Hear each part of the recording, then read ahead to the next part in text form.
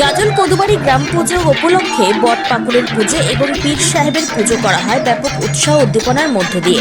এই পুজোর নাম দেওয়া হয় সিদ্ধেশ্বরী মায়ের পুজো। এখানে নানা কালী দেবতার থান রয়েছে, সে স্থানে পুজো করা হয়।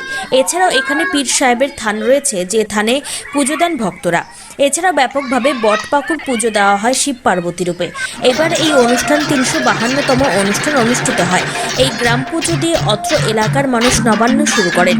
নবান্নের পর নতুন ধানের ভাত খান এলাকাবাসী। দীনেশ সরকার, পরেশ সরকার বলেন, এবার এই অনুষ্ঠান ৩৫২তম গ্রাম পুজো অনুষ্ঠিত হয় ব্যাপক উৎসাহ উদ্দীপনার মধ্য দিয়ে। পুজোর নাম দেওয়া হয়েছে সিদ্ধেশ্বরী মায়ের পুজো। এছাড়াও এখানে ব্যাপক উৎসাহ উদ্দীপনার মধ্য দিয়ে বটপাকুড়ের পুজো করা হয় ব্যাপকভাবে।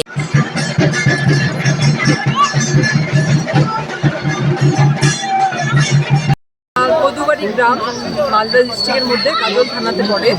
আর আমাদের যে কদুবাড়ি রাজবংশী জাতি যেটা গ্রাম পুজো মানে কুলদেবতা মা সিদ্ধেশ্বরীর পুজো, এই পুজোটা বছরের অঘ্রাণ মাসের প্রথম শনিবার বা মঙ্গলবার যেটা আসে তখনই এই পুজো হয়। কদুবাড়ি মনে এটা আমাদের মা সীতাশ্বরী গ্রাম পুজো। এই গ্রাম পুজোতেই আমরা সবাই এখানে আজকে একসঙ্গে সব ভক্তদের মিলিত হয়েছে বা পুজোটা হচ্ছে এখানে।